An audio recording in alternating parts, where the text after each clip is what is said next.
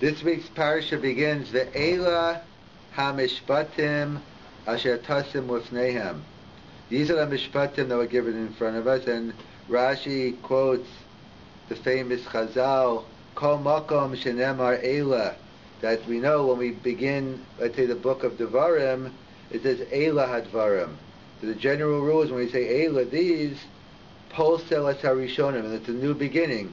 Like the fifth book of Devarim, fifth book of Moses, which is Devarim, begins Eila hadvarim asher diber. So basically it's known as in Chazal as Mishnah Torah, and Moshe is summarizing the first four. It's something new. So Eila was starting fresh.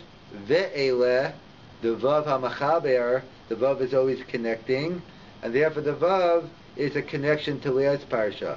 And what happened Leah's Parsha? So we all know, we're familiar, Parshas Yisro, the Aseres Hadibros. We went through the Ten Commandments. So what's Rashi telling us? That we're connecting the Mishpatim to the Aseres Hadibros, and different Rav Alper explained, and others explain that just like the Aseres Hadibros, just like the Ten Commandments were given with kolos ubrakim, with thunder, lightning, and all the fanfare, the 5 o'clock news, everyone had all the video cameras working, it was given with all the fanfare and public attention. So too, the Eila Mishpatim, the Mishpatim basically deal with mitzvahs be'adam l'chavero, as we mentioned the Ramban last week, that Aseres Hadibros, that the first 5 represent mitzvahs ben adam l'makom, the second 5 represent mitzvahs ben adam l'chavero, and therefore the Mishpatim are basically dealing with the second half of the Aseres Hadibros. We're getting into all the mitzvahs, not all of them, but many of the halachas of mitzvahs ben adam l'chavero. So Chazal are telling us that the same way is when you're standing on the cash, on Yom Kippur and the Elah, so too when you're working on the cash register in someone's store, it's the same kolos ubrakim. We have to treat equally the commandments of Parshas Yisro on the Aseres Hadibros, the first side to the tablets, similarly with the last. So the Mishpatim is a continuation. All the details of the Bedam HaChavero are given. As in fact, there's some learn that just like the Kolam, there's a whole discussion in the Mechol to other places about the Kolam and the Pratim, how is the Torah given? Was it first the generals and the Pratim? So similarly here, the Mishpatim, so too, the Kolam and the Pratim, that the key thing of all the Mishpatim is all the Pratei Dinim, it's the details in it. That makes the difference. In fact, that's why some point out that even though we know we have the famous saying Nasa v'Nishma, but I believe that's in Parshas Mishpatim. In Parshas Yisro we only have Nasa, and we know the famous Nasa v'Nishma you would expect to find it on Matan Torah. Yet we find it at the end of Parshas Mishpatim. So some point, people point out Derek Drush and the different Sfarim that's the pshat, because it's one thing to get excited when you have the Aseres Hadibros, the whole, and the millions of people with all the tremendous things going on in Har Sinai. But it's another thing, you have to hear all the nitty-gritty details of how to treat an Eved Ivri, etc., all these different laws that we're going to be reading this week, and then afterwards say Nasa v'Nishma. That's a much higher madrega. As always in Judaism, it's always the everyday things that have true greatness. Like the famous Meshech Chochmah, the Meshech Chochmah points out, the Gemara tells us, one who says Ashrei 3 times a day is Zochet to Olam Haba. Yet it says one who says Hallel every day is a Magadef and a Macharef. It's someone who's cursing out God. So last I checked, Ashrei comes from the book of Tehillim, and Hallel comes from the book of Tehillim. How could I be great and terrible at the same time? So the Meshech Chochmah explains the two totally different things. Hallel, when are we saying Hallel? When a miracle happens, then we say Hallel. If the only time you recognize God is when He does, you're as good as your last at bat. When you do a miracle for me, get back to me, then you're a Magadef and a Machara. If you don't appreciate anything that you have, you're an ingrate. But Ashrei is in the form of Aleph, Beis, Gimel, Dalet, Hey. When you see God in the everyday things, on the little things of life, that's when you're Zochet Olam Haba. Because if you're one who has the attitude, God's only involved in the big events, the big miracles, then you're missing the whole essence of Judaism. But if you see God in the everyday, the nitty-gritties of B'nai Chavero, that's how you reach great godless. And that's something they explain the Gemara, that when we explained, the Gemara talks about when you have a ger, you give them the mitzvahs kalas and chamuras. You modi and you inform. Why do I need both? If they're going to keep the more strict laws, certainly they're going to keep the lenient laws. But no, we know human nature is, a lot of times people rise above their true nature on the big things. When people are around, if the president's coming in or prime minister, it's easy to get volunteers. But to get someone to clean up after Shalosh Shidduchos when no one's around, or the little things when no one's looking, that's the greatness. So it's maybe and I'm not criticizing either, but we see many people who, let's say, weren't observant and they didn't keep the mitzvahs. When it came to going out Kiddush Hashem, whether during the night or other times, you see people rise above their nature many times. But once true character is felt, we see on the everyday things, like the Gemara, I think it was with Rav Yossi ben Kisma, I believe, fell ill. I might be getting the names wrong. I think Rav Yossi ben Kisma fell ill. He got sick, and one of the rabbis came to visit him, and he asked, I think Rav Yossi ben Kisma, tell me, am I going to be zochet? I guess he did his Bikar Cholim, and then he spoke to his Rabbi. Why else do you visit your Rabbi? He wants to get it in, to make sure any questions you have for your Rabbi, get him in while he's still alive. And he said, am I going to be zochet to Olam Haba? Am I going to get rewarded in the next world? So the Rabbi Yosef says, I don't know, tell me something you did. Like, how am I supposed to know? So he said, okay, you know what, tell me something I did. I remember one time it was Purim.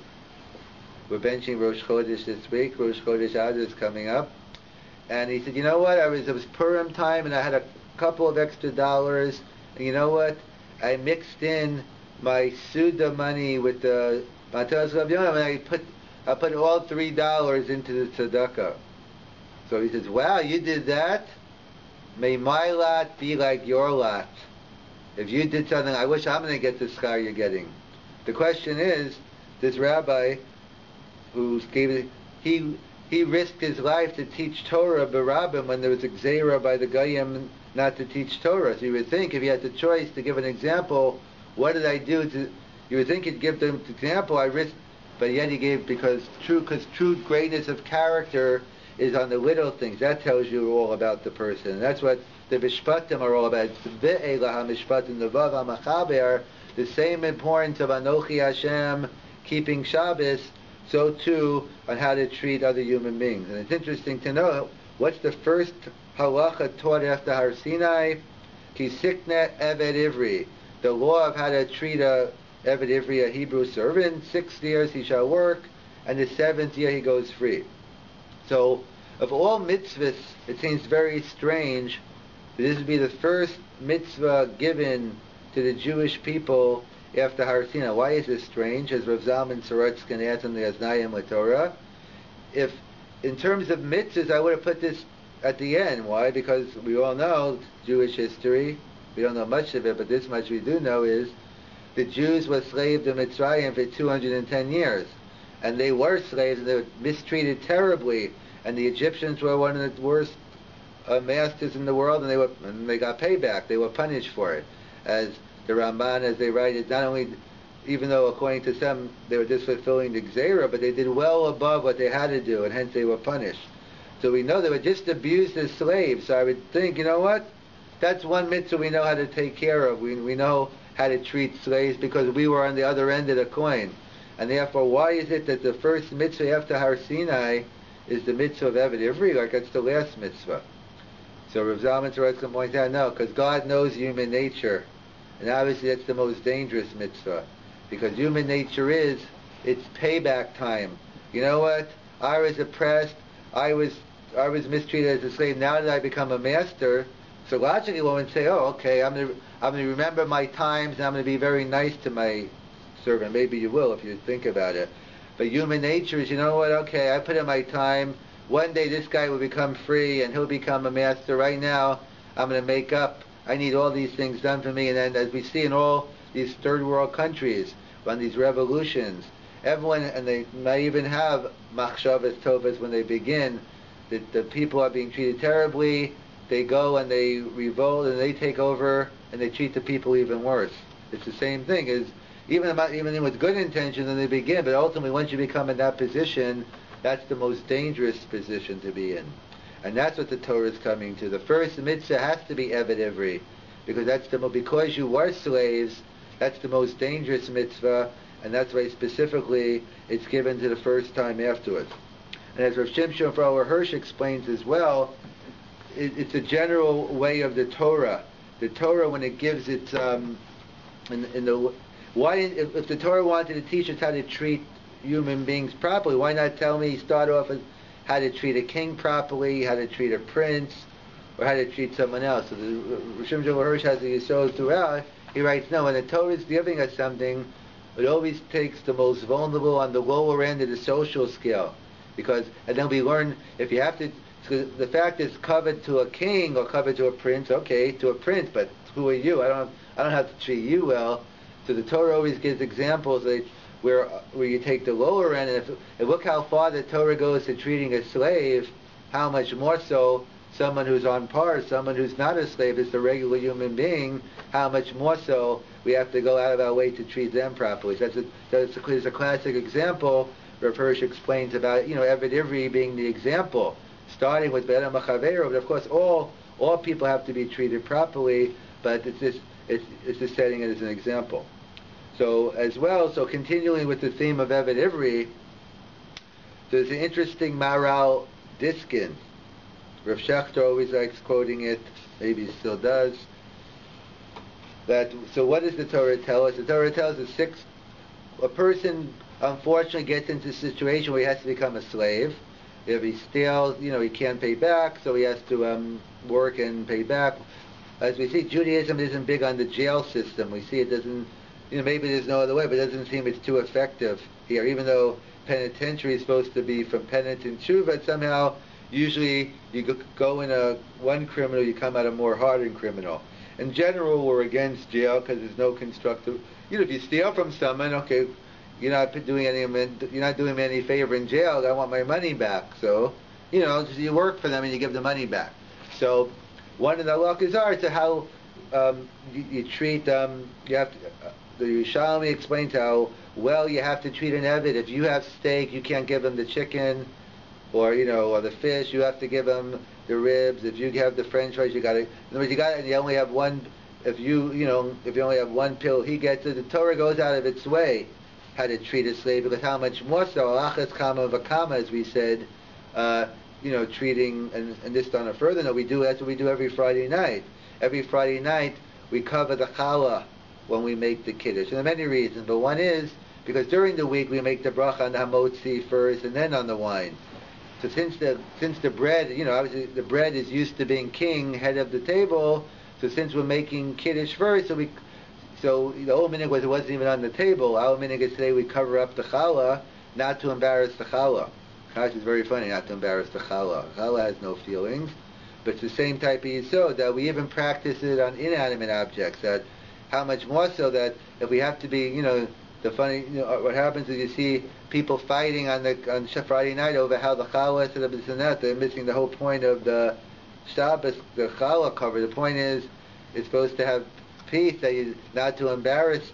If there's a custom not to embarrass the challah, how much more so not to embarrass people. So we have that yisod throughout Judaism, is we learn from a lower, even inanimate objects, to learn to regular people, akaras, over whatever. So we see this the Torah, and again, by slaves, it's nothing to do with which Lincoln freed the slaves. It's a totally different concept. We know Torah is always against slaves. That's not that type of slavery, that Eved Ivri and all that. So the Torah says, and you know how well you have to treat a slave, that we see the concern. It's amazing. You know what? Let's say the slave might even want to stay.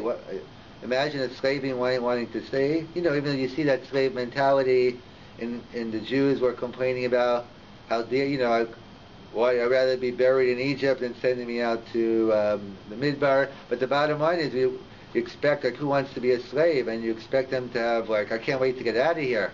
Like the Jews were hopefully, running to get out of Mitzrayim. And yet we see, a hafti as adoni, let's say a person doesn't want to go, then if he doesn't want to go, he could stay, but you have to do you have to pierce his ear.